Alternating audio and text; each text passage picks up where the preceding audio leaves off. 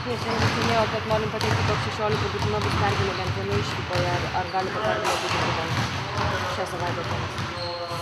Tai aišku, kad mes žaidžiam ne tam, kad praloštų, tam, kad laimėtų kiekvienas varžybas laimėti. Taip kad be abejo mes žinom, kad mums reikia laimėti iššūkį, gal ir ne kartą, gal ir du reikėtų negu laimėti, o tą parodys laikas, o be abejo, kad nevažiuosim pralošti.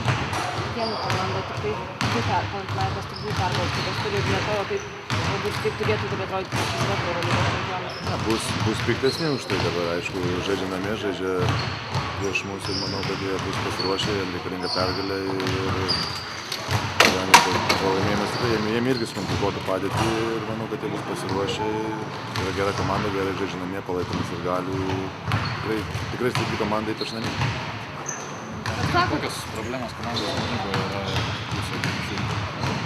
Turime visokių problemų ir gynybų, ir puolime, o treneriai tą analizuoja ir mes kiek turim tų treniruočių, aišku, nedaug mes turim, skraidom, žaidžiam su visais ir kažkiek stengiamės taisyti, bet nėra taip paprasta viską ištaisyti per savaitę ar per dvi.